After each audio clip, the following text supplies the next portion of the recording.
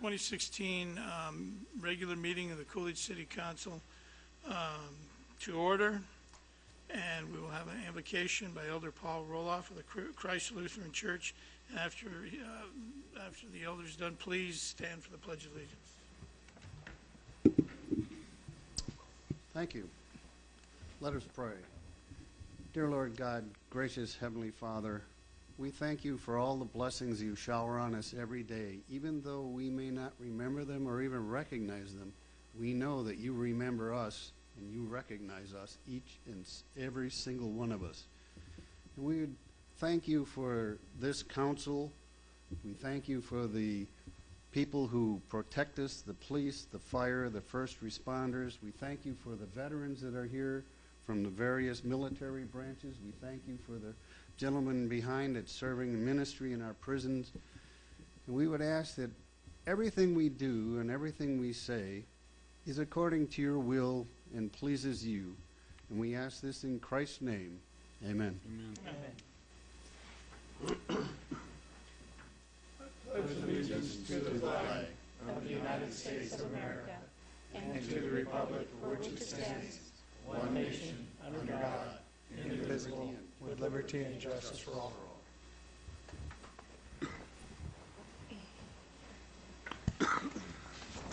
Thank you, Elder. Norma, would you call the roll, please? Yes, Mayor. Councilmember Gilbert Lopez. Here. Councilmember Steve Hudson. Here. Councilmember Robert Huddleston. Here. Mayor John Thompson. Here. Vice Mayor Jackie Henry. Here. Councilmember Gary Lewis. Present. And Councilmember Tatiana Murrieta. Thank you. Under presentations, we have none. Moving to the call of the public. This is the portion of the meeting where any member of the public would like to address this council. They can come up, state their name and their address, and they have 3 to 5 minutes to address us. On the advice of our council, we don't respond to that, but we will hook you up with the right staff person, and they will take care of making arrangements for us to get together and solve the problem. So I look to see if anybody wants to. There we go. Welcome. Thank you. I'm Celeste Adele Carter. I live at 3951 North Wheeler Road. My family's been out there since 1934. I've heard a rumor of a freeway wanting to come from 60 down to 10 and possibly go right down the middle of my road. If you can give me some insight, I've been to several meetings of this, but it seems like nobody really knows what's going on. I have fields all the way around me, and there's about 30 houses on that road, but nothing else is around me. Mr. Miller, I think that's north-south, isn't it? Yes. It's called to the public, so we can't respond. The north-south freeway is on tonight, so we will discuss it later on Just in a the portion, agenda. a portion of it. Oh, is that more? Well, yeah, we're going to have later on the agenda a major general plan amendment to talk about that. Perhaps you wait and see what comes up as part of that public conversation. Okay, thank you. And you can ask your questions there too then at that time. Thank you. Anyone else? Okay, then we'll move out of call the public and into approval of the minutes. Excuse me.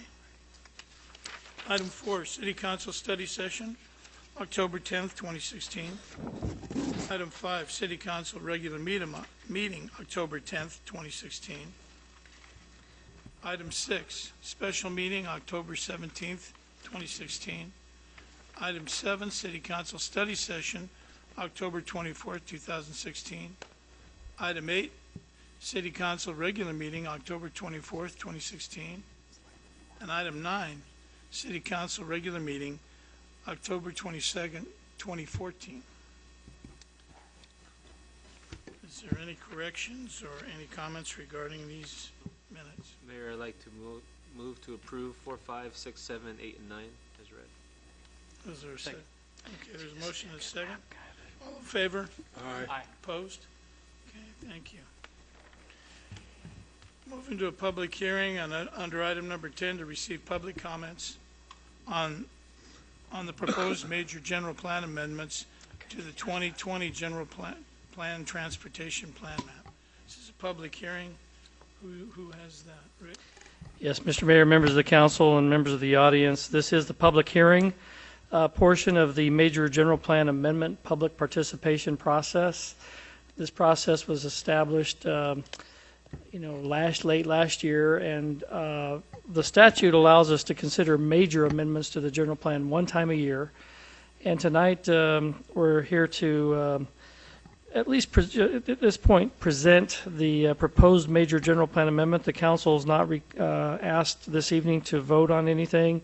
It's to basically hear from the public, get questions answered for them, and then allow them to come in. If they have further questions to come in, they can come to talk to me at my office, where we can show some better exhibits. Tried to get the S drive up here on the computer tonight so I could show the audience the exhibit that you have in your packets, and you'll want to refer to that. And I think Mr. Fitzgibbons is over here right now with Celeste to show the exhibits that I'll be referring to for you. What we have this evening is a proposed major general plan amendment that affects the transportation plan within the 2025 general plan that the city voters approved a few years ago. The big changes that we're proposing within this transportation plan is to account for the proposed Arizona inland port that has been discussed by Pinal Land Holdings. They have kind of a tentative plan for their property, and what we did is we looked at their proposal, and in the plan before you this evening, what we've done is we've shifted the proposed alignment slightly to the east, so that this new alignment of this future north-south freeway corridor would coincide with the eastern property boundary of the inland port property, so as not to divide their property up. So you'd have part of the inland port on one side of the freeway and part of it on the other side. So it's really to coordinate better with their plans for the future inland port, which will be a significant employment corridor for the city of Coolidge in the future and the region. The other thing that we're doing with this amendment is we're shifting some of the proposed interchange locations that are identified on the transportation plan, making some modifications to where those future interchanges would be located. We're recommending that one of the interchange locations be shifted south to the Hauser Road alignment, and that we have another alignment at the Erica Road alignment, which would be actually a dedicated interchange that would take trucks directly into the inland port. And that would be an interchange much like you would see over at San Diego at SeaWorld. It's a dedicated SeaWorld exit. If you want to go to SeaWorld, you're going in there, and that's where you're going. And this would be like a dedicated inland port interchange for the significant amount of truck traffic that would be coming in and out of the inland port. It really wouldn't support a lot of your local traffic, because it's just going to go right into an inland port industrial area where they're actually taking cargo off of the freight trains, putting them onto the semi trucks, and then distributing their inventory throughout the region from that location. The idea of shifting the one interchange south to Hauser Road really avoids a conflict with the Shed Road alignment, which is an irrigation canal. There's a large CAP canal that runs in that region, and it didn't make much sense to have that interchange at that location, so we suggested shifting that to the south. Everything else is pretty well the same in the plan, but that's really the purpose of this amendment, is to basically have an alignment that's consistent with the plans that are being discussed for the inland port. For the benefit of the audience that might be watching tonight and those in the attendance, the North-South Freeway Corridor has been a topic of discussion by the Arizona Department of Transportation and several other stakeholders for a number of years. This project is recognized as a way that a lot of the current congestion on I-10 can be relieved. If you're in the East Valley, you've got to come all the way over to I-10 south to Tucson. This proposed route would be a freeway corridor that would allow a connection between the Apache Junction area at the US 60 down through this area, just between west of the airport, down a couple different alignments that are being recognized right now to eventually tie in with I-10 down by Picacho. south of Eloy. They haven't settled on a final route yet. They're still in study. They're doing an environmental assessment, and they're continuing to have conversations about this alignment, but no alignment has officially been adopted at the present time. And what we're doing tonight may not hold at the end of the day with what ADOT decides for this alignment. They're going to ultimately decide where this alignment's going to be. I think they do consider heavily the community interests, and I'm hoping that through this process they'll seriously look at our preferred alignments for this route through our planning area.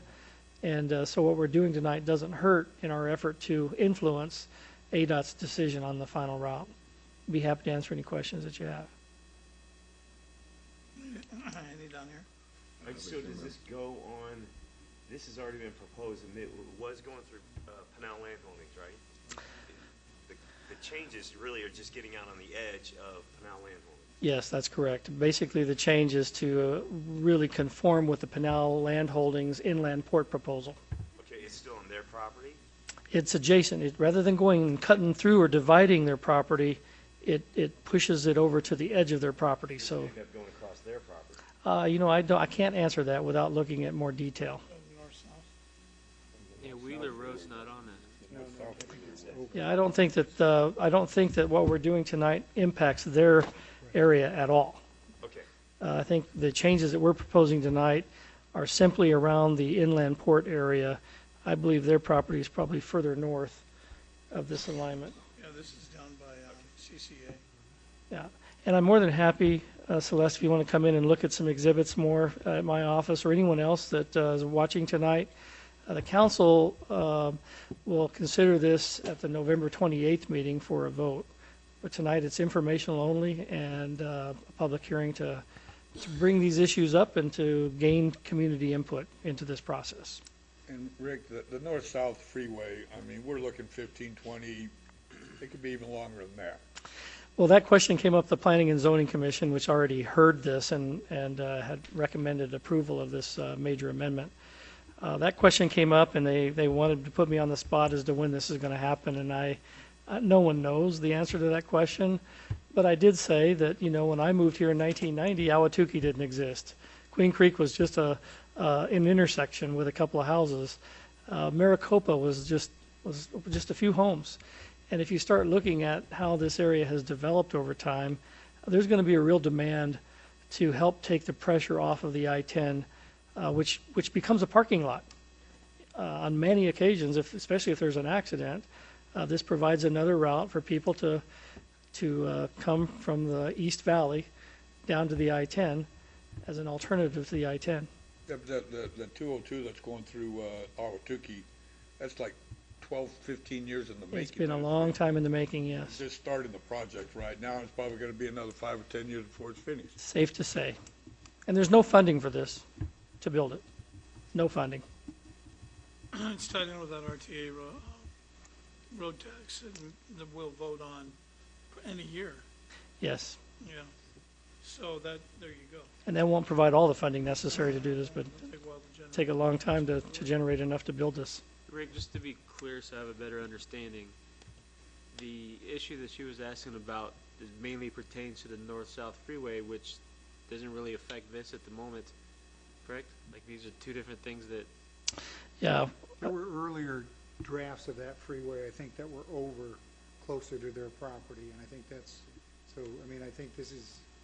But in this realignment, the inland port thing will not by any means affect the area of Wheeler Road and any concerns that were mentioned.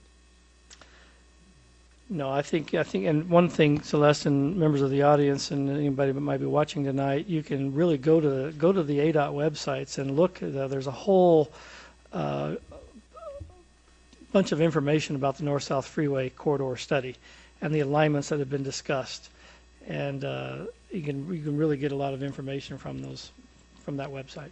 Now, if something was to come in that was going to greatly affect their property, there'd be plenty of meetings and notifications and discussions with them before anything happened. Correct? Yes, absolutely. Mayor, and the one thing I remember when the north-south was being discussed originally, the state legislature passed a mechanism to fund it through a public-private partnership.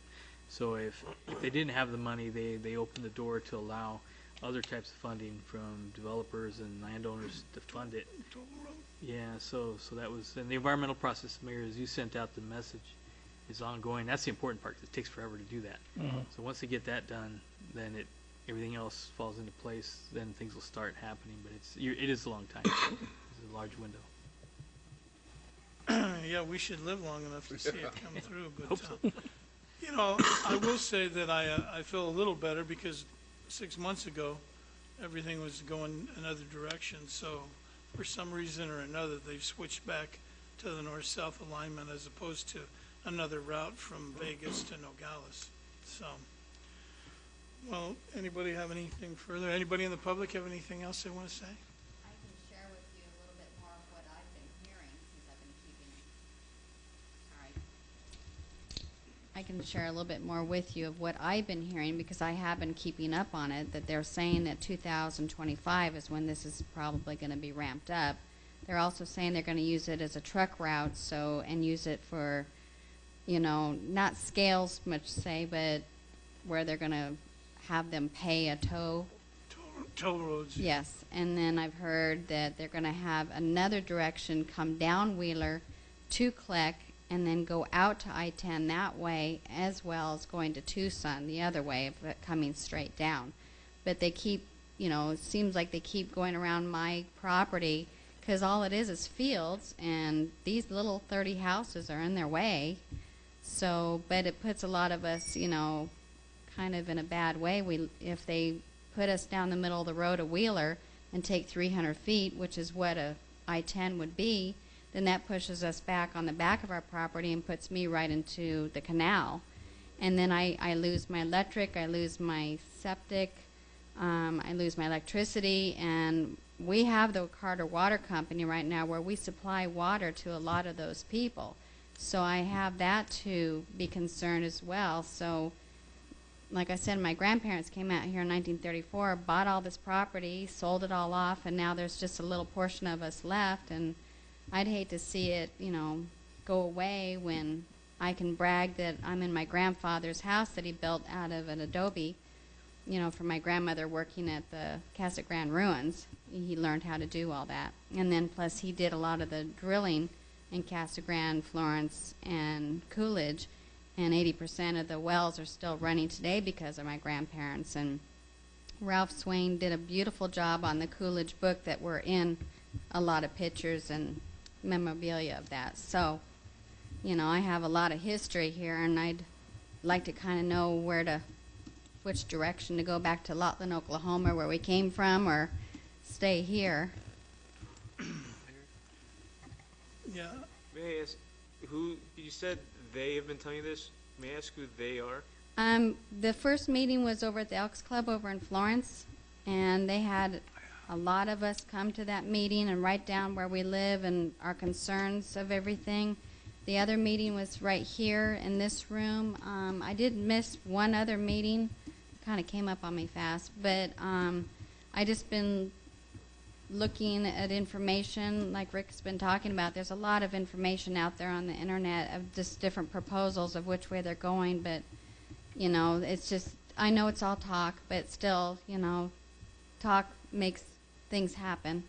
I only ask because I don't remember anyone saying this would be done by 2025. That's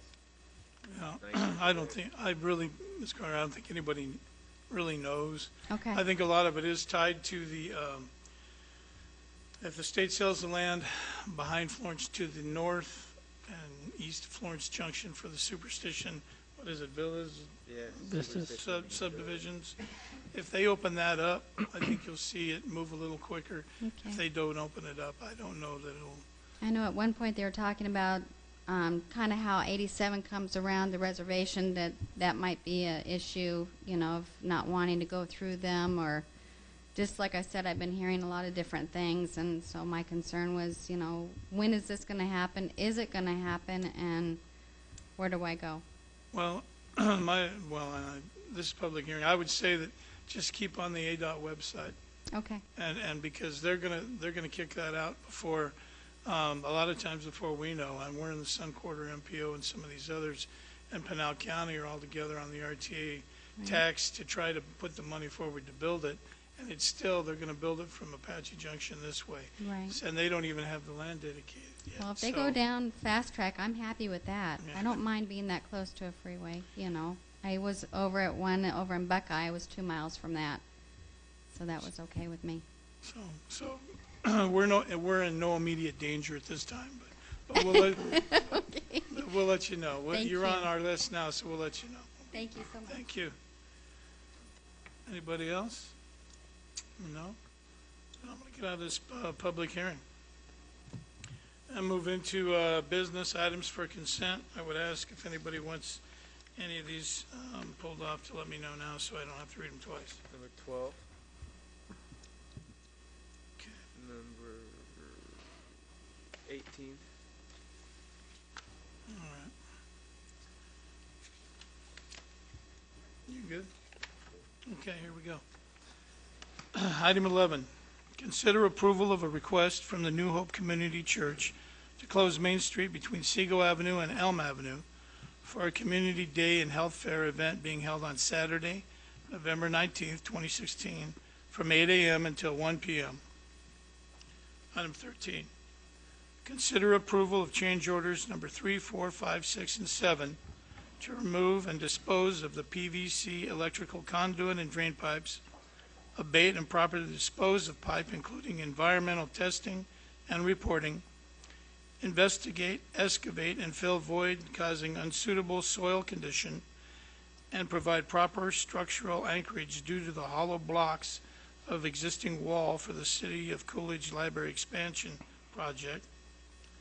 Item 14, consider approval of entering into First Amendment to Professional Services Agreement PSA 0224-2014 in the amount of $16,300 for the addition of street lighting and right-of-way exhibits to complete design of Randolph turn lanes.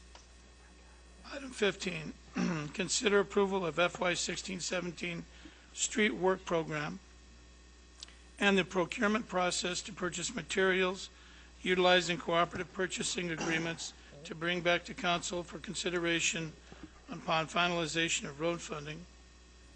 Item 16, consider approval of entering into Third Amendment to agreement between the City of Coolidge and Holbrook Asphalt LLC through the addendum and the City of El Mirage Cooperative Purchasing Agreement to purchase high-density mineral bond asphalt HA5 seal coat for the street work program, authorizing the mayor to execute the necessary documents. And item 17, consider approval of entering into an addendum to agreement, City of Scottsdale Contract 14, Robert Paul 018, renew number 2 and street pavement marking inks, PMI for thermal pavement markings on recent roadway preservation projects. Norma, I didn't see anything, so this is all a voice vote. Is there a motion? Yeah, Mayor, I have Mayor, a question before there's a motion. I wanted to pull 11 and I bypassed that. I just have a quick question. I don't need to pull it, but the question should be answered rather quickly. Go ahead. This is going to be a closure on Main Street from Seagull to Elm on this Saturday. Is that going to in any way conflict with the Blues Fest Main Street closure?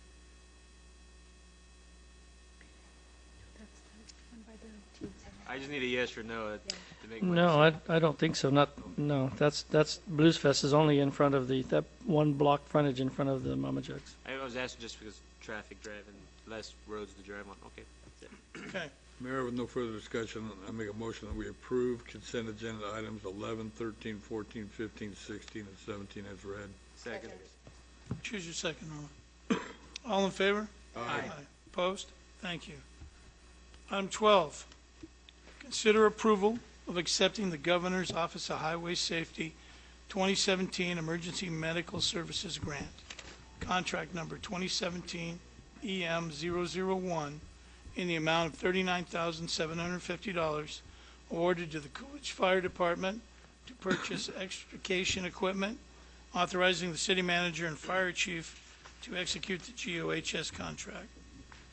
Chief? Good Good evening. Was there a specific question, or you just want me to go through the whole thing? You don't have to go the whole thing, unless you want to. But the now, are we replacing any current equipment? Because I believe the fire department already has some extrication.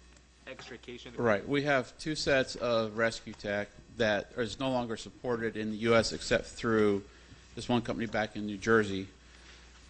They're not supporting the particular set that we have because of age, so they have to special order everything from Austria. And that really complicates it. Right now, we're having trouble maintaining one set in service at all times between the 2 sets. What we have is outdated, and we're just looking to replace it. And we're just replacing it. Okay, perfect. We'll maintain what we have and keep it running as long as we can in a backup setting, but we want to have good equipment in the first out truck. Is this buying just one set? Just one set. Okay. Okay. It'll be 2 rams, one cutter, 1 spreader, the hoses, the power plant, and the accessories that go with it. Perfect. That's it. Anybody else? Oh, hearing nothing. Thank you, Chief. Thank you. Motion to improve item 12. There's nothing else, sir. Motion to second. All in favor? Aye. Opposed? The ayes have it. Thank you. Thank you. Thank you, Chief. Item 18, consider approval of ratifying the submission of an application to intervene in the proceeding by the Arizona Corporation Commission concerning the APS rate case in docket number Edward 10345 Adam 0036. That's probably, I'd be happy to answer a question on it. Arizona Public Service had a meeting recently with the mayor and I, and asked us to participate in the rate case, in particular with regard to their Schedule 3. I don't know a lot about Schedule 3 other than what they want us to do is to go to the Arizona Corporation Commission, and they want us to provide some information on how line extensions to our municipal airport would facilitate economic development in our rural area. They want me to testify before the Corporation Commission, not only on behalf of Coolidge, but basically on behalf of rural Arizona, and how their line extension policy could and should be modified in a manner that allows some flexibility and innovation in bringing power to these areas that are underserved. And that's really what this is for. It was a late meeting. They said we have to have an application filled out by last Thursday. I suggested that Dennis go ahead and do that following the conversation with the mayor after that meeting. And then tonight's action is just to have you ratify the city intervening in that process so that we can at least have a place at the podium when we're talking to the Corporation Commission about the benefits of this line extension. yeah, and I want to echo on that. I want to thank Rick for stepping up on this. We had the meeting with him, and as it turns out, we're certainly not the only city or town that has issues with. As you up here all know, we have one provider for power to the airport, and if that provider is not willing to give you more power, then you're stuck. So in order for us to do what we need to do to get more power out there, Rick will have to testify before the Corporation Commission on why that's a good idea for us to have more power so we can virtually grow the airport and we can expand. Because right now we're between a rock and a hard place. And so that's what we're doing here with this, and it's happening apparently in a lot of other places in rural Arizona where they have things that they need to do, but the law doesn't allow them. They're stuck too. So this is what's going to happen. I'm just glad he's going before the Corporation Commission instead of a grand jury somewhere. So we're actually, I think it's a good idea. But is there any questions? Yeah, we had the breakfast with the mayor, and were these hot shots from APS that were at that meeting? Yes. Okay. Yeah. Right after that meeting, we convened a meeting over in my office and had this conversation. And I want to thank publicly APS for trying to find a solution. They know we have a real problem out there.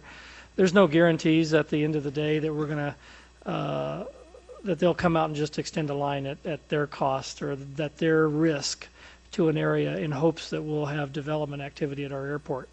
They learned their lesson the hard way whenever we had the economic boom and all of this infrastructure was put into service into residential subdivisions that never panned out, and the ratepayers took a hit for that cost of that infrastructure. So they're very careful now. They're very reluctant to go out there and just spend money to serve an area. But what we really need to do is work with APS, Dave Bentler and their economic development arm, Tim Knavel, all of our economic development directors. Gilbert's going to be hot in the middle of all of this in a few weeks, and try to get some birds in the hand that are going to develop at our industrial park. And I've got a meeting tomorrow to talk with one of those potential prospects that's a big energy user.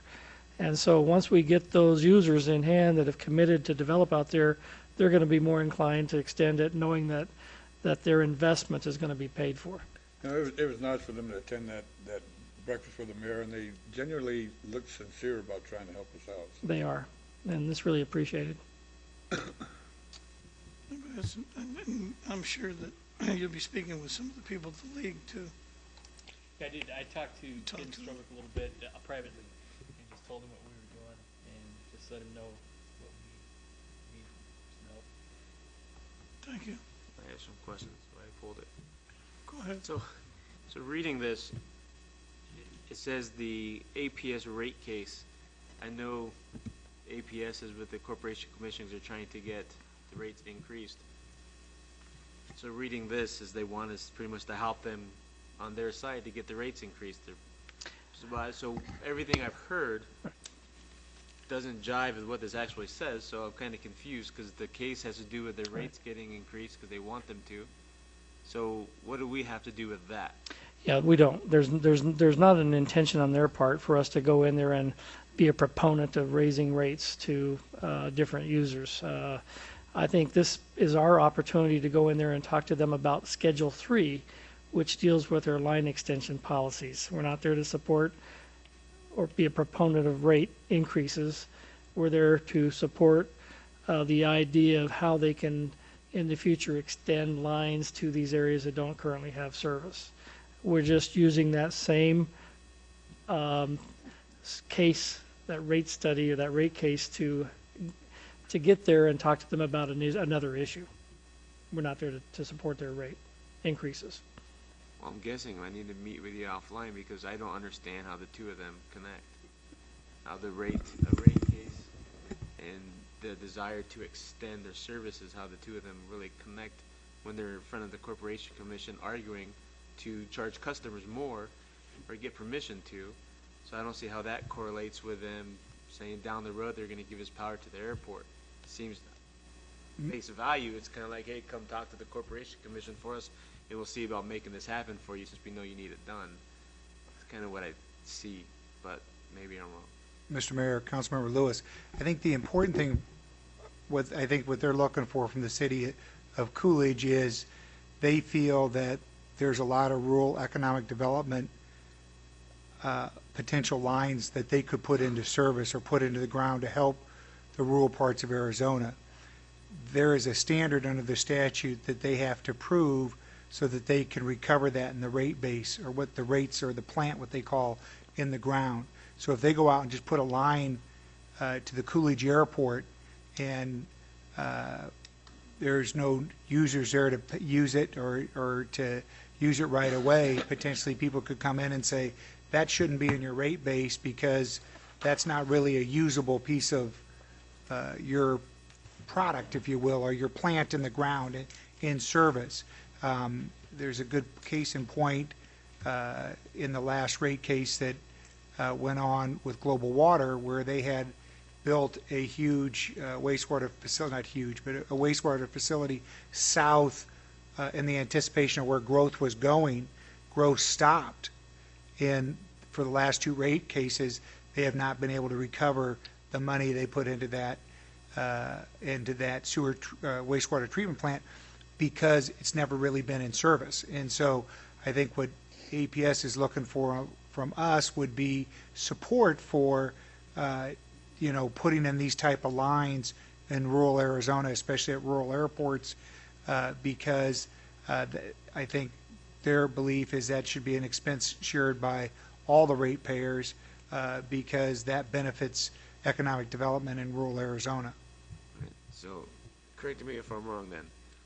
So basically, we're gonna go and say how an expansion over here would benefit us, but since there's a low customer base, increasing the rates is gonna help cover that until there's a customer base. That's basically what I'm hearing. I'm not sure exactly what the testimony is that they want, but I mean, I think by the city of Coolidge intervening, we're just trying to reserve a seat at the table to talk about our needs at the Coolidge Airport and why having power, water, those type of utilities at the Coolidge Airport are needed to grow the Coolidge Airport. So again, to justify a rate increase, which would then help pay for them to bring, so they're like, it's what it is, they're asking us to testify to help them get their rate increase because we will benefit by them saying, now that we have that money, we can afford to put power out to locations with that basically no customer base. I'm not sure we appreciate their full rate increase package or whatever. I know they're trying to have us focus on something called Schedule 3, and so at this point, we just needed to reserve a place at the table. But it came up in the discussion. I wasn't at the discussion, but my understanding is it came up talking about the airport in rural economic opportunities in rural Arizona. I don't disagree that we need the assistance and the power at the airport. I would have liked more time to deal with this and know what's going on, because essentially, if we're getting involved to help a rate increase, which will affect our citizens, maybe get the favor of some electricity put out to the airport, is going to have a very small benefit factor for a while until we have more growth out there. I mean, I would have liked more time to actually get more answers, because from face value and what I'm hearing is basically we're doing them a favor to maybe get a favor later. Well, I don't think it's doing a favor to get a favor later. I don't think it's that at all. I think my understanding is they talked to the city about our needs at the airport, why electricity was critical at the airport. They said that they thought that was an issue that was going to be discussed in the rate case. They thought we could be helpful being a member of the rate case, and they asked us to intervene. What our testimony is yet to be decided. How we're going to play a part in that, I don't think from a city standpoint that decision's been made. But I think council can discuss that more later on. All we did was file an intervention, just like I think I'm not going to guess, but there's many people that have intervened in the APS rate case. But we just wanted a seat at the table so that we could talk about rural economic issues, especially at our airport. And so we can come back to council once this gets fleshed out a little bit more. If we know that we're being asked to take a position and make sure council, at least a majority of the council, is in favor of it, we can definitely bring that back to council once we know more. My understanding is, I think testimony gets filed in December. The rate case isn't really until March. So if we have testimony that gets presented to us, we can explain to them that we need to talk to our council about it before it gets approved. I just think it's funny that knowing that something's going to benefit us, to drag us into something that's going to increase the rates on our customers, and you have a company with millions and millions of dollars of revenue that charge more, and we're being pulled into it to kind of say, well, this is going to benefit us if they're able to increase their rates. And I don't think we're being pulled into it. I mean, if council doesn't want us to, we can pull our intervention. I mean, it's That's why we're going to have the vote. Okay. That's why we're going to have the vote. Now, I think we've heard Councilmember Lewis's position loud and clear. If there's nobody else that has anything to say, I'd look for a motion. Mayor, I make a motion that we approve agenda item 18 as read. Second. The motion is second. All in favor? Aye. Opposed? Nay. Okay. Thank you. Business number 19 under regular items. Resolution number 16-28. A resolution of the mayor and the city council of the city of Coolidge, Arizona, adopting issuance and post-issuance compliance procedures relating to tax-exempt obligations. I guess I can lead off. We don't have a finance director here. I'm sad to say tonight. Lisa's final day was Thursday. We wish her well in her retirement. But we do have Zach here this evening, and with Gus Rosenfeld to answer any specific questions that you might have about this What we're looking at here is have the council enter into a placement agreement with the city of Coolidge, which basically sets forth the procedures for obtaining this. It's not a bond. I'm calling it. Zach, help me out. You go up there and help me out because I don't want to. He's here for my insurance, and I'm glad he's here. Let me tell you. Thanks, Rick. Mayor and Council, basically, when the city enters into the obligation structure we've talked about, you're going to pay a lower interest rate because the interest that investors receive is tax exempt. That tax exempt interest means that investors don't pay taxes on the income they receive. That's a subsidy from the federal government.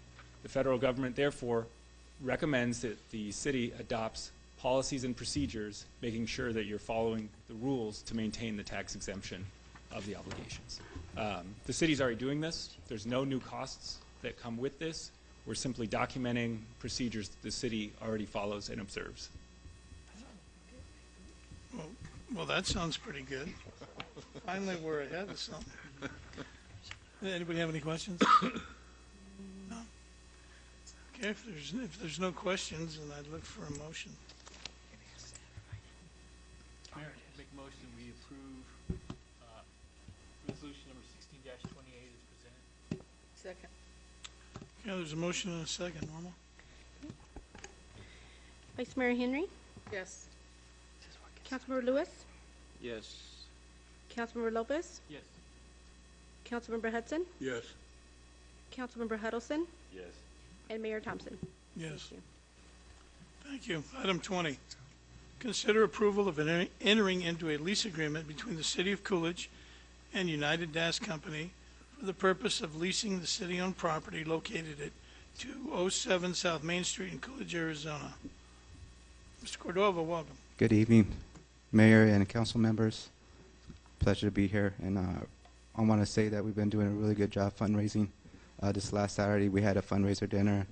We had Mayor there, we had Steve there, and we had Rick and Norma. Thank you guys for also giving to donating. So we're almost halfway to our goal. We're supposed to be raising $100,000, but we've been getting a lot of help from different organizations, and we're still planning, and we're still doing some work. So. Mr. Miller? Mr. Mayor, members of council, this is the dinner was excellent the other night. Actually got a little teary-eyed myself watching the performers and listening to the testimony of some of the people that are in their organization. And I can't think of a better cause for the use of this building than to have this organization who calls Coolidge their home and wants to unite our community and unite our youth. And they talked about how the great things they do for our different young people in our community and surrounding communities. We heard a lot of great things that they do. What we have tonight before you, per your direction, is we have the lease agreement that specifies the terms of the rental of the property at 207 Main Street. And basically, they have come up with a cost estimate to improve the building. They're looking at improving this building to the tune of about $100,000 in building improvements. If you go in there today, it's just a shell. There's no plumbing, there's no air conditioning, there's no lighting. It's just 4 walls and concrete floor that has a open trench for plumbing. And so it needs a lot of work. They have been working with Mr. Brinkerhoff on the estimates to do this project. We're going to be working with lots of community leaders and reaching out for help through different organizations to help them improve this building. I know that we can do this. Looking at the players and the people that are involved, there's just no doubt in my mind that we could make this happen. The lease says that we give them the use of this building commencing on December 1st of this year so they can go in there and start working on these building improvements. We let them have the building basically rent-free for a 10-year period, or $1, I guess, $1. It's $25,000 they got to put in. Yeah. I'm sorry. Well, I was going to kind of go into that. We're going to let them use the building, but they have to make these improvements over the 5-year period. $20,000 per year over a 5-year period. 25 over a 4-year period, sorry. Should let this, $25,000 over a 4-year period to obligate them to make these improvements to our building, the city-owned building. So that's really the terms of the agreement in terms of what they're going to pay out to the city, making improvements to our building. In exchange for that, they have 10 years of rent, getting a rent credit for those improvements over a 10-year period. Well, yeah, and then they'd be obligated to pay all utilities and any cost to fix air conditioners or any other major components. They would have the obligation to make those improvements to those pieces of equipment should something happen to them. We're excited about them, anxious to get in there myself and help them paint and pound nails and do whatever else I need to do, and calling upon the community to also get involved. I think they also have first right of refusal on the building, don't they, Dennis? I believe that's in there. In the event we go to sell it, or at the end of the period, if it's paid off, they get an opportunity to purchase that building at the appraised value. I believe that was in the contract. Well, good. Mr. Miller, I'm glad I saw you were going to bust a move the other night, and I'm kind of glad. I was going to bust a move. I'm kind of glad you did. Actually, I probably would have been in the hospital if I'd have performed. Govas were worried.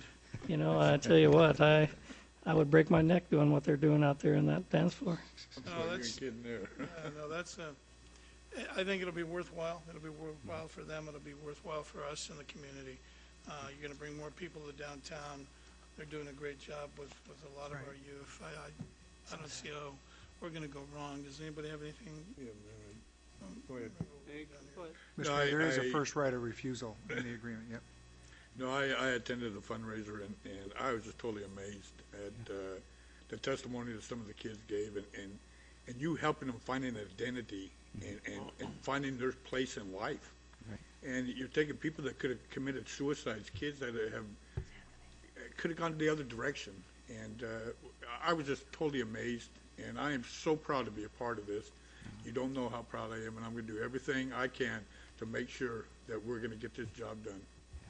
Thank you, Steve. Did you have anything, Gil? Or you?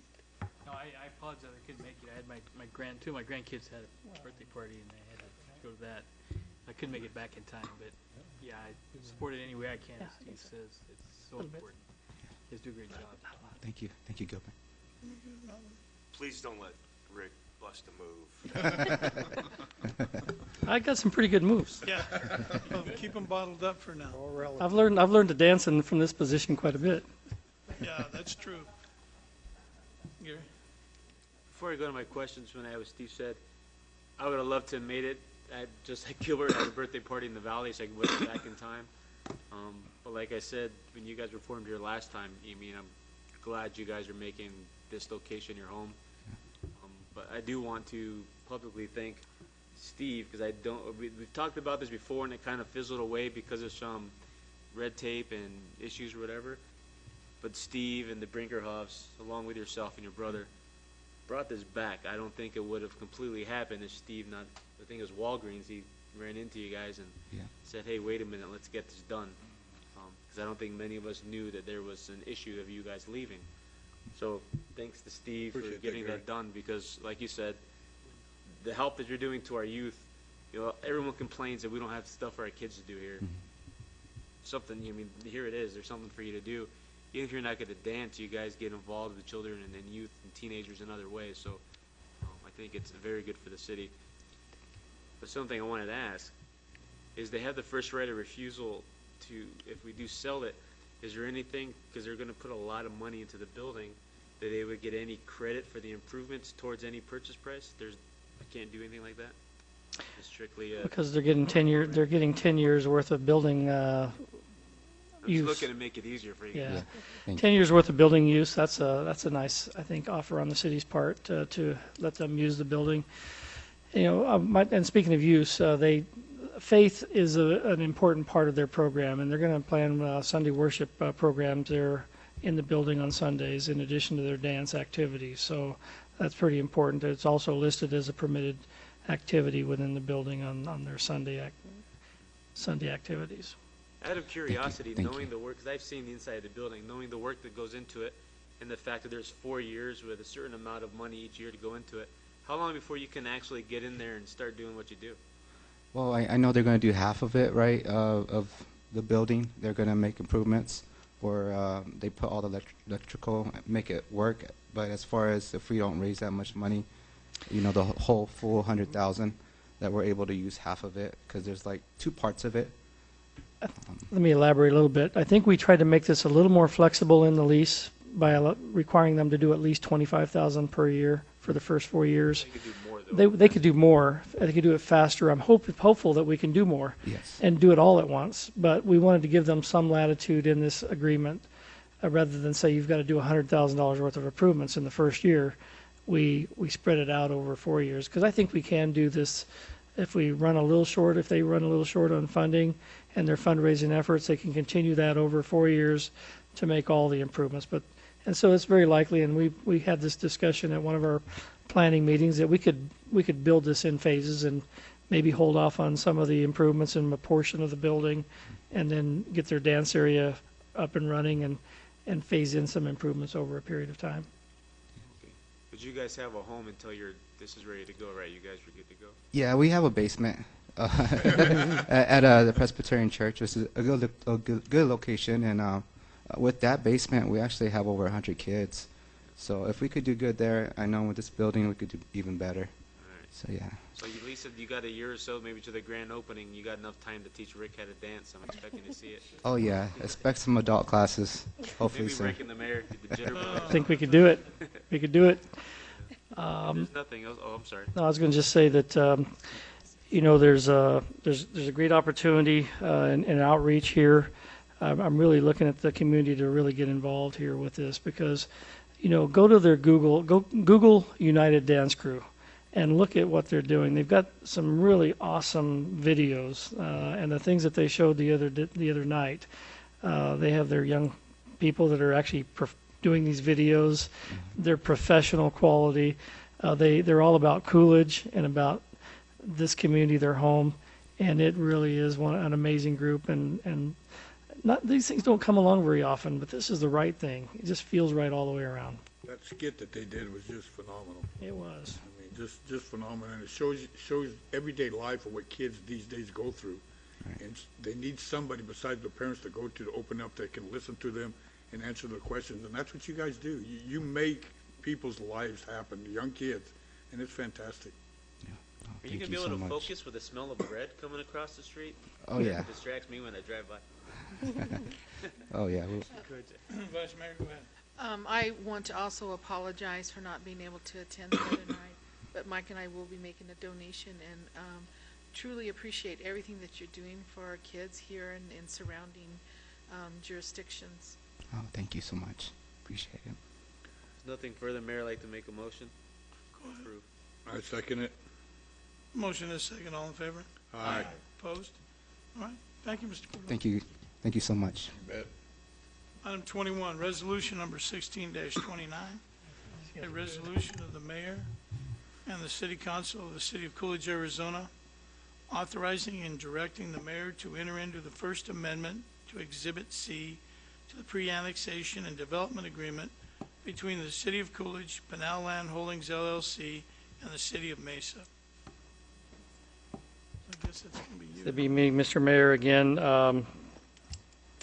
Basically, we have received a request, you have it in your packet, from Pinal Land Holdings to modify the pre-annexation development agreement, Exhibit C.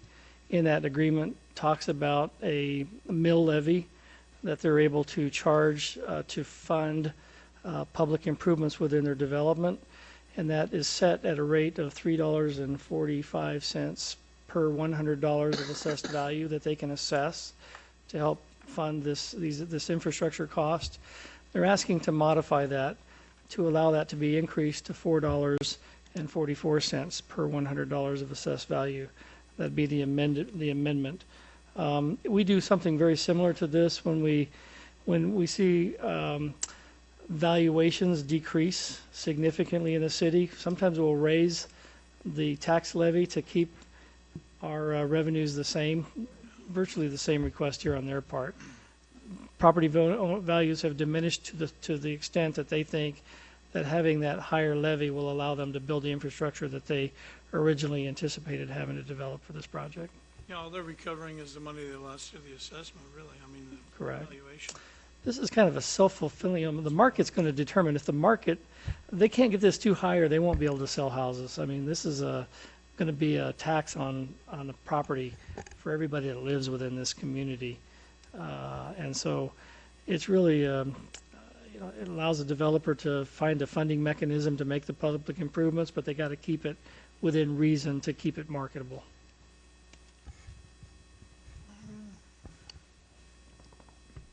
All right, if there's no further conversation. Yeah, I was just to say, reading that agreement, it's something else. I look for a motion. Motion to approve is read, sir. There's nothing further. Is there a second? Second. Okay, there's a motion and a second, Norma. Councilmember Huddleston? Yes. Councilmember Hudson? Yes. Councilmember Lopez? Yes. Councilmember Lewis? Yes, ma'am. Vice Mayor Henry? Yes. Mayor Thompson? Yes. Thank you. Item 22, consider approval of entering into an agreement and addendum between the City of Coolidge and Bisoto, Inc., DBA as Seamless Docs for the purpose of making the city's forms electronic and capable of being completed, submitted, and paid for online. Who's got this? Honorable Mayor and members of the council, I will take this one. Our IT director could not be in today. He's out ill. So I'm going to do my best to try to explain this program and what the city is trying to do here. Before you tonight for consideration is a proposal through Seamless Docs, and this program, what it will allow is for the city to make all their city forms in an electronic format, and to also make the forms capable of being completed, submitted, and paid online. So just to give you a little bit of a history, a few years ago, the city purchased a program of the forms module through Laserfish. As you recall, I'm using Laserfish currently for my records management program. At that time, we thought it would be best to maybe go through Laserfish since we were using it. I was currently using it. It was working out well. Well, as it turns out, after we went through the training, we found out that the process was very difficult and very time-consuming to create these forms. Some of the forms were over 2 hours long just to create them. So what we did is Lisa, myself, former finance director, sat down with IT, and we gave them, we sat down with them, we gave them this project to sort of try to take the lead with it, and thought maybe it would be better for them to sort of get it going. Well, after they went through the training, the same result. They confirmed that the process was very time-consuming, very difficult. So what happened is a few months back, Seamless Docs reached out, was contacting our IT department and wanting to do a demo on their program. Basically, they reached out to Robbie. They gave a couple of key features saying that they had worked with other government entities. Their program was much simpler. They were able to convert forms for different agencies within seconds. So, of course, Robbie jumped on this and said, you know what, it won't hurt to do a demo. Let's go ahead and go through it. So him and Tony participated in that demo, and afterwards they were very impressed with what they saw. They were very excited. Just like their emails stated, they converted forms within seconds, within minutes. And some of them were 1 page, some of them were up to 10 pages. So what Robbie did is he came back and he shared with the directors at a staff meeting all the benefits of utilizing Seamless Docs, or maybe the possibility of utilizing them. And so the directors agreed. So we decided to hold a second demo, and we had other representatives from other departments attend. Well, I was one of them, and I was impressed. I mean, I just could not believe how quickly they would scan a document, and automatically within seconds they would have the fill-in. So with all that being said, Robbie came back and we discussed it again with City Manager Miller and Finance Director Pinella, and he highlighted on the key points, because not only the ease of using the program, They were also, what this company does is they store our forms sort of like on a cloud base. It's sort of how we do Minitrack right now. It's based on a cloud base. They provide the server. They keep all the documents on their server. Through Laserfish, we have to provide the server. And we have to maintain it. We have to do backups. It's a little bit more cumbersome. And when you have access to these features through Seamless Docs, the difference between Laserfish and Seamless Docs is Seamless Docs, you get automatic updates and new versions, just like we do with Minitrack. With Laserfish, you do not. Anytime there's an update, we have to pay for it. So Robbie did also ask Seamless Docs to provide a list of cities in Arizona that are currently using Seamless Docs, and right now we have Marana, Gilbert, and Bullhead City. So we thought, it's fairly new to the area, but not too new. They're just trying to get out there. Now, with every program, there is a cost. So right now, their proposal is $5,000 a year for unlimited forms. And what that means is we can take all the forms that all the departments use, and we can scan them and convert them into a PDF file. Now, if we agree to enter into a multi-year deal, which is up to 5 years, we will get a $500 discount. So they will reduce it. So it's a $500 savings per year. And we will still be billed annually. We would not have to come up with those 5 years all at once. The other feature or option that we did not have with Laserfish is we were not able to utilize our current credit card vendor, Express Bill Pay, which is currently being used for sewer and trash payments. We were not able to utilize them. So even if we set up the forms electronically, they still would have to submit them. They would have to go to somebody and then probably call us or make a payment over the phone, but they could not do it online yet. This feature will allow us to do, or this program will allow us to do it, but it's an add-on feature, and that costs us $2,500 per year as well. So if we go up to the multi-year deal, we're looking at $4,500 a year plus $2,500 for the to use the credit card Express Bill Pay. So we're looking at about $7,000 a year. So with that, staff is recommending that we utilize Seamless Docs as we're way behind the times. We're wanting to get our e-forms program going, implement it, and we want to allow our citizens to be able to complete them, submit them, and pay for their fees online. And I can entertain any questions you may have, and hopefully I can answer them. Yes, Mayor. I have to say this is long overdue. Okay. And I'm happy that we're finally going to, get to this point. Because so often people, so many surrounding agencies have gone to that, maybe not this particular one, but other things where that they could, fill out their forms and send them back. And just a quick question.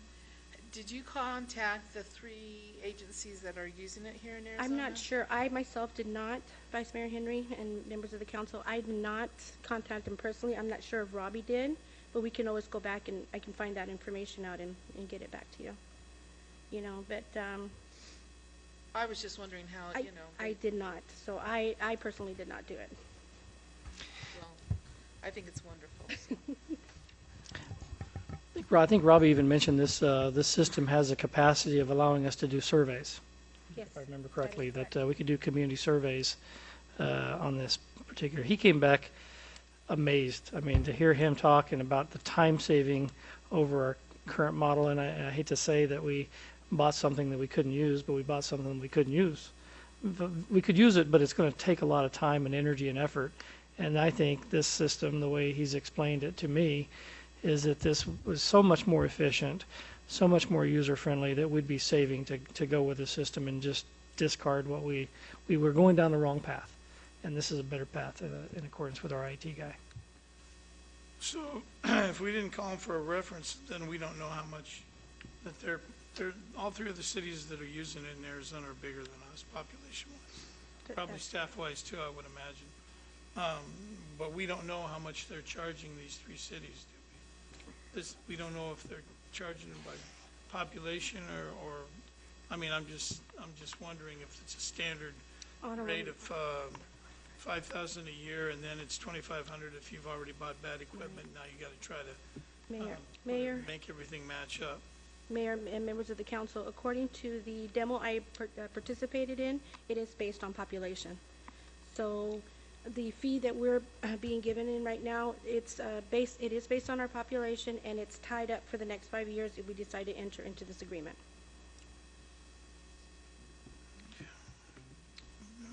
Go ahead, Gary. I didn't see it in our documents or hear it. So are we asking to do a 5-year subscription with them for the discounted price? That is correct. That's what I was Yeah, gonna Mayor suggest. and Councilmember Lewis, that is correct. Okay, so we'll have this for 5 years. Now, on the $2,500 a year for the credit card fee, with our current program we have, are we going to lose money paying that $2,500?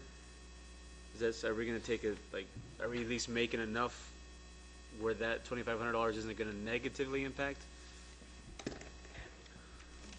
Honorable Mayor and Councilmember Lewis, I'm not really sure on what we collect right now. I know it's used quite a bit.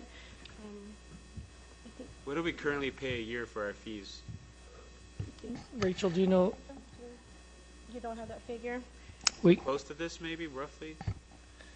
I don't think we can answer that tonight. If you're looking for these questions, we don't have to do this tonight. We can. Decision maker is for me. Yeah. I We can postpone if you're uncomfortable, and we don't, unfortunately, Robbie couldn't make it tonight. He just wasn't feeling very well, and I'm glad he didn't come in and infect everybody here. But we can postpone if you'd like to get some of these questions answered. Obviously, we've had major changes, but I just letting you know that they were very. My last question is, in regards to the police department, this is going to be, so they'll be included with this, and all of the forms the PD has can be handled and paid and done all with this program. Like, it's not going to be separate because it's a PD thing. Councilmember Lewis, that is correct. That is correct. It'll be all city forms, and then the other thing that it'll eventually do is we'll be able to create our internal forms, such as a check request, and we'll be able to access that form wherever we have internet. So let's just say a director is out on vacation or just out of the office, but there's check requests that need to be approved. Once this form is created, we'll be able to let them know. They'll go in, sign in, and they'll be able to approve those check requests even while they're out. Okay. But to clarify, you're asking for the 5 years? That is correct. Okay, because I didn't want to have to amend the. With a discount. I was going to motion for 5 years. So they're going to knock $500 off a year or A year. at the end of the year. So it's going to be, it would be $35,000. Yes. For 5 years.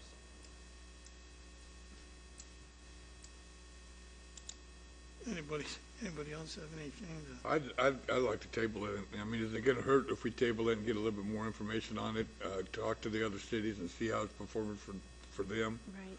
Councilmember Hudson and Mayor Thompson, no, we can table it tonight. Okay. We can bring back that information to you, reach out to the other communities that are currently utilizing it and see what they have to say. Okay, I'd like to do that. Okay. What was the laserfish thing going to cost us a year? The Laserfish program right now is costing us $5,000 a year, almost approximately. That is for the annual maintenance support, but again, that does not include the credit card payment option. Okay. So, you're 5,000 and so forth. That should yeah. be 7,000 if we go with this for 5 years, plus that's including the credit card 2,500. correct. And we would have been paid 5. Okay, it's not much different. It's probably closer to 7, but because we don't know the credit card answer for what we're We paying do now, not, so right. it could be close to what we'll be paying anyways. Not much different. Look at me being pro spend money. Look. Yeah. Well, I mean, I agree with Councilmember Hudson. I'd like to take a little closer look at it. That seems like an awful lot of money now. Maybe it's worth it. I don't know that yet. But Do you think Robbie could come in and do some type of a presentation for us? I'm kind of like a hands-on type of a guy. You just telling me it's kind of hard to comprehend, but if I see it, and I mean, do you think he could do something for us without having the company come in to do it? Councilmember Hudson, Mayor Thompson, I want to say that yes, he can probably do it. I mean, the demo is so quick and easy, it'll just take a few minutes, so I want to say yes, that it can be done. Okay, thank you. My only thought on it is when we, as we go forward, I really like based on our track record with Laserfish, I really am more prone to want to do the 1 year, see if we like it, and then if we're going to re-up, do the extended one. So I don't know how that would work out as far as bringing anything to us to vote on. Just throwing the idea out. Good point, too. Good point. You know, I guess sooner or later, we're gonna have to take an overall shot at fixing what's wrong with our technology issues, because every time we make a move, it doesn't jive with the last move, and then we gotta correct Yep. it with the next move. Agreed. And, you know, it'd be nice if we had a system that worked for everybody and we didn't have to keep doing this. But I'd really like to hear, I mean, there's only 3 other places in Arizona that are using it. I'd like to hear from those guys and see what they got to say, and maybe get a look at the cost. And if it works, it's not going to hurt to put it off till the next meeting. I mean, Nope. there's no timeline that we have. No, there is no timeline there. Does somebody want to make a motion to, I move to table. is there a second? Second. There's a motion to table and a second. All in favor? Aye. Opposed? Thank you. All right, now we go from a report from the mayor, council, and the city manager. You Oh, skipped did I one. forget one? Oh, I'm sorry. Gilbert's over here like, don't skip it. I say skip it. We don't need to do it. We refuse to let you go. Well, I might vote no on this. But I guess number 23 is consider approval of accepting the letter of resignation submitted by Councilmember Gilbert Lopez. I'm sure there'll be a time to say whatever we need to say, but you've been on here before me, and you've done a heck of a good job, especially in the last 2 years. Been very helpful to a council that has struggled with some youth and you know, different changes, and I want to personally thank you for everything you've done. You've done an excellent job. I might still vote no, though, but anybody else? I do. Jackie? You know, it's been a pleasure working with you when I was on the other side and when you were on planning and zoning. Yep. And I was taking the minutes and everything, so I worked with you then. Yeah. And then to come on board and work with you on council. So it's truly been a pleasure, and I appreciate everything that you've done while being on the council and for helping us out in the last couple of years. Thank you. We'll save Steve for last because he sits next to him. This isn't your last meeting. You got one more meeting, right? This will be my last meeting. This is your last meeting? Yeah. Oh, man. And I thought I read you had one more. Anyways, Don't I was cry. I was shocked when when Gilbert didn't run for re-election, but I'm not upset because I think we're not losing you, because you're going to be sitting over here pretty soon, and I think our ability to keep, although we don't always agree, I think your wealth of knowledge has been, you can't put a price tag on that, has been very helpful to the city, and I think that's going to transfer to your new position within the city better than most people would imagine. Like the contacts and the years you have with Glendale, which I didn't realize was 26 years, a long time. But you know, I'm glad you're still going to be here. You know what I mean? But I'm also thankful that you're going to have more time at Coolidge, because Coolidge is home, Glendale's not. So, yeah. Can't say we'll miss you because we're still going to see you all the time. But That's right. Good luck. Go ahead, Rob. I think the youth that he's talking about that you have helped out along the way, he probably is hoping that, or wishing that you helped me out a lot more. But I know that we have different perspectives on different things, but you have, this is the thing that I think we could all take away for sure. We need it in American society is we can disagree agreeably. And you have done that to a T with excellence, and I really appreciate it. Well, I agree with all of them, Gilbert. I've known you for a long time, and being on the city council with you for the last 6 years has been a pleasure. The service that you've given to the city of Coolidge, for driving back and forth up to Glendale, the time away from your family, and doing that for the city of Coolidge, to me, is remarkable, and I thank you very much for your service. And I am so glad that you're taking the position you're taking, because you are going to help us out so much more on the other side of the table, and I think it's going to benefit all the citizens of Coolidge. Thank you. Mr. Mayor, I also would like to echo how much of a pleasure it's been to serving the citizens of Coolidge as a council member for the last 18 years. And I just finished my MBA also, so it all came together. The timing was perfect that I could leave Glendale and did a lot of good things up there. And I could take all that knowledge and everything I've done here and just put it together and help out and work with Rick really closely on trying to bring in. The reason I got on the council was to create jobs for the young people. That was my number one thing. It still has always been that, and I know the council wants that. So that's my goal, is to help as much as I can and use everything I've learned over the last so many years. Mayor Glendale said I've been there for 400 years. That's what he told me. So anyway, thank you, and I appreciate that. But it'll be effective the 20th, which will let me also go to the NLC Summit and represent the city. And we already have meetings planned, as city manager talked about, in a hotel and things like that. So that's really looking forward to that part. It's probably going to be really cold, but that's okay. I'll be hard. Thank you. Well, if nobody else has anything to say, I guess we need a motion. I make a motion that we approve the resignation of Gilbert Lopez as city council member. Second. There's a second motion and a second. All in favor? Aye. Aye. Opposed? All the things I don't say nay to. Yeah. Well, thank you, sir. Thank you. Appreciate it. Look forward to it. I'm gonna move on, if you don't mind. And, well, Gilbert, since you're still here, that report from the mayor and council, we'll start with you.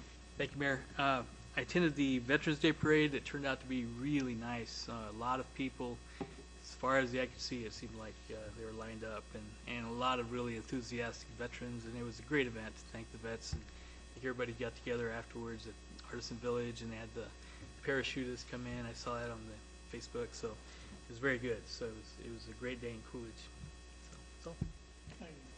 Yeah, I attended the breakfast with the mayor, which is always a good event. APS was down there. They did come down here, and they have an interest in Coolidge and our airport, which is going to help everybody in the city of Coolidge. I also attended the Veterans Day Parade, which was just phenomenal. Oscar Rodriguez and the Chamber of Commerce, American Legion, the Knights of Columbus, all of them came together and helped out. So I thank them all. And then I attended, it was a busy Saturday. That was on Saturday morning, and Saturday evening I attended the a fundraiser for the United Dance Crew, which they're just a phenomenal bunch of kids, and we ought to be proud. And I ask every citizen in Coolidge to help out where they can, if they can, to make this thing a success. Proverb 26:1 says, like snow in summer and rain in harvest, so honor is not fitting for a fool. And the basic gist is, some things are right to honor, some things are not right to honor. And last Saturday we honored the vets, and it was outstanding. We're living in a day where they're burning flags, and it was absolutely neat to see that guy parachute with the flag behind him come all the way down right in front of us for the vets. And to honor those that have gone before us and at great sacrifice so that we could have the liberties and freedoms that we have, that's the right thing to do. And it was an outstanding parade and time of honoring them. So great job, Mr. Oscar. Thank you so much for everyone that really invested in that. It was outstanding. Yes, ma'am. I attended the PAC, the ELF Junior. It was really, really good. So I encourage everyone to take advantage when the youth do the programs down there at the Performing Arts Center. And I also attended the Veterans Parade and was very, very impressed with everything and how everyone came together, and look forward to our next one. Gary. Just a few things. One thing I forgot to say when I was talking all nice about Gilbert is, although you're basically moving from your chair to down there, the person that's filling that seat has Coolidge in their heart just as much as Gilbert does. So we're not going backwards by any means. I think we're taking 2 giant steps forwards because we're not losing you and we're gaining somebody. So again, thank you for the 18 years. I didn't believe it was 18 years. Wow. Couldn't either. I didn't even want to know how old I was 18 years ago. I attended the Veterans Day Parade. I'm not sure how long ago our last one was, but I heard it's been a very long time since we've ever had one. I don't know of Ever? any. I don't know of any. Not 35 years I've been here. Say for some reason someone said we had one year. Anyway, I think it was probably the biggest turnout I've seen for a parade, at least this year. Well, one parade we had construction going on, so you can't blame it too much. But and my 7-year-old asked me to bring him because with the political climate we have going on, with like Rob said, the flag burning, all that stuff. Where I see my 7-year-old ask me, "Can I go to this parade?" Because he knew it was for the veterans. Had his little flag with him. You're singing his "God Bless America" songs. So there's still pure hearts in our country, and the veterans are what give us the right to be pure and to be hateful. I mean, to not like the country. They fought for our right to do both. Although I wish more people would show love than hate. And as a vet myself, I know we have some more on this bench table up here. I thank all the vets here, all the vets there, all the vets at home, Coolidge, any other location. There's a good turnout. I had to leave right away to go, like I said, the Valley, so I missed the Artisan Village stuff. Drove by it, and holy cow, that set was gorgeous, the way it was set up. And I think we were able to do that because of Oscar. I mean, I don't think if it wasn't for him and his honor wall, we probably wouldn't have exactly what we did Saturday. So huge thank you needs to go to that man. And also we have, are you telling me I'm talking too much? So this Saturday, we have the Blues Fest going on Main Street. 5 or 6, some of them award-winning bands. It is an event for everybody. I believe it's $10 a person, $15 a couple, I think was advertised. Not too expensive to see some of these bands. I encourage everybody, go check it out, have a good time. Even if you just walk by to see what's going on. I think it's good that the city's going to have this kind of event. And I'm grateful that it's being put on by, people are investing the money, the Mama Jugs. And this is not a cheap event. So they're investing a lot of money for this. So I appreciate that. There's one other thing I forgot. Man, I forgot something. Let's move on. Yeah, am I talking to this? Is a short meeting. I'm going to keep you here to 10. I forgot to mention, are you through? No, go ahead. I got to remember. I forgot to mention one thing. One of our vets that was there on Saturday night ended up in the hospital, and that's Mr. Chesley. So let's keep him in our prayers. Oh, the Open Hands outreach. I read they're having a shortage on canned goods and foods that they provide to families in need. So if you have anything you're looking that you could donate or something, I'm sure they would appreciate it. That's what I want to say. Mr. Miller. Mr. Mayor, we'll try to be brief here. First of all, I'd like, Mike Ortiz tonight, CPS, thank you for the paratroopers. That was spectacular. I couldn't believe what they did in that wind. Truly amazing. Also like to recognize International Air Response. They provided fueling for the B-17, which flew over, the little flyover, to kind of start the parade off. We appreciate them. They landed the aircraft out at the airport. They fueled them up with fuel and sent them on to their final destination, which is the Commemorative Air Force at Falcon Field. We appreciate International Air Response helping with that. Also like to thank Gilbert. I'm looking really forward to having you come in here and take the hot seat on this side of the table for a while. Really looking forward to working with Gilbert. He's just going to be a great addition to the city, to our already very professional department head group. I want to thank all the department heads for their efforts. And we've had a lot of changes. There have been some big changes, which has put some challenges and strain.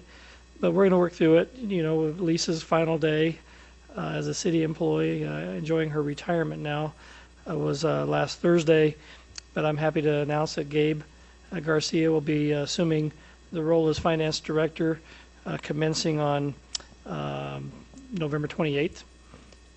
And I'd like to introduce again and thank Matt Rencher. Susanna Struble left for her new position, and Gilbert is the interim, or as the assistant city engineer, and I've named Matt Rencher interim public works director / city engineer. He comes with a lot of experience, former Globe public works director, and has been involved with engineering, has his PE, and will be a real good transition for the public works department. And appreciate the public works department and all they did for the parade as well. A few other things, I think Jackie kind of alluded to it. We do have, and I think this will be put on our website, a really nice brochure featuring all of the performances that are going to be held for this season at the Performing Arts Center. There's some great programs, and the community really needs to go out there and support the Performing Arts Center and the spectacular shows that they're going to have this season. So I'd draw your attention to that. Also received notice from the Arizona Department of Environmental Quality that they removed or terminated their consent order because we put the fuel tanks above ground and got them out of the ground. It took them a while to recognize that, but we did get the consent order removed.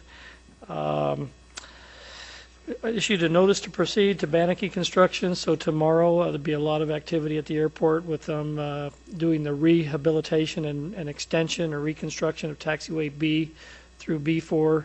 With that, our Public Works Department is going to be making some other improvements with the millings that they're taking. We'll be doing some road improvements out there to eliminate some dust problems at the airport, especially in front of Terry Glass's hangar, where there's a lot of activity going up and down that road, and our crews will be helping with that. The National League of Cities, the woman that presented this utility insurance program, the Fitzgibbons Law offices are finalizing the agreement. We'll be bringing that back to the mayor and council for adoption so we can begin that program here for the citizens of Coolidge. And I don't have anything else, Mr. Mayor. Oh, don't forget to always look at the weekly memos. There's a lot of really good information on here for you to put on your calendar. We have the monthly chamber luncheon Wednesday at Cavett. It's going to be a great program, and I think they have a speaker there to talk about issues where you have violence potentially coming into our workplace and how you can be prepared for that. And so that's a good program. Don't have anything else, Mr. Mayor. Oh, I'm sorry. Yeah, thanks. I have so much on my mind. Thank you. That's very, very important. We, in our budget this year, the mayor and council approved in the budget a 2% increase to all employees within the city, salary increase. And when it was presented, there was a conversation about how that would be handled. And I think at the time, Lisa had talked about potentially that being a merit increase. I believe that we ought to go ahead, and by the way, that's going to be done as one lump sum, 1% paid in December, the first pay period in December, and the other 1% of the 2% increase will be paid in May. We kind of did it that way to evaluate our current budget situation. Lisa, before she left, she and I talked about it. We have sufficient funding in place to cover the cost of this approved budget line item to afford our employees a 2% increase this year. So we're going to do 1% in December, 1% in probably May of next year. And my recommendation is that it be done as a cost of living adjustment. See, we're not calling it a bonus. We're not calling it a merit increase. It's just a COLA, and it's a one-time COLA. It's not built into the base pay of the employees, and it's just one time this year.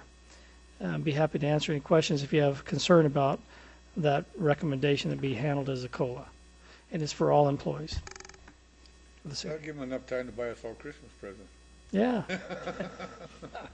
The one in May, though, is that we're going to, when our new finance guy gets here, he's going to take a look. We'll continue to evaluate budget and see how things are going. That's why I think it was a great way to set this up, to look at it, our finances, and see if we can, how we're doing and whether we can afford the increase. And so far, everybody's doing well. We're very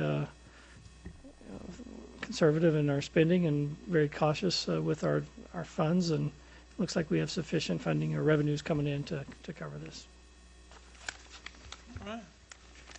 Thank you, Mr. Miller. Thank you. I attended many of the same things. Since the last meeting, I've had 3 office days. Attended GAIN, the mayor's road cleanup with the disabled American veterans, the Scouts, and the LDS Church. Attended the wall raising in Phoenix Mart, the Coolidge Youth Council meeting, Pinal County Government Alliance meeting, breakfast with the mayor, the fly-in, the elf play, Sun Quarter MPO meeting, and the Veterans Day Parade. And I want to thank our staff that assisted in the Veterans Day Parade. They did, as always, they did a good job. I thought it went off pretty well. And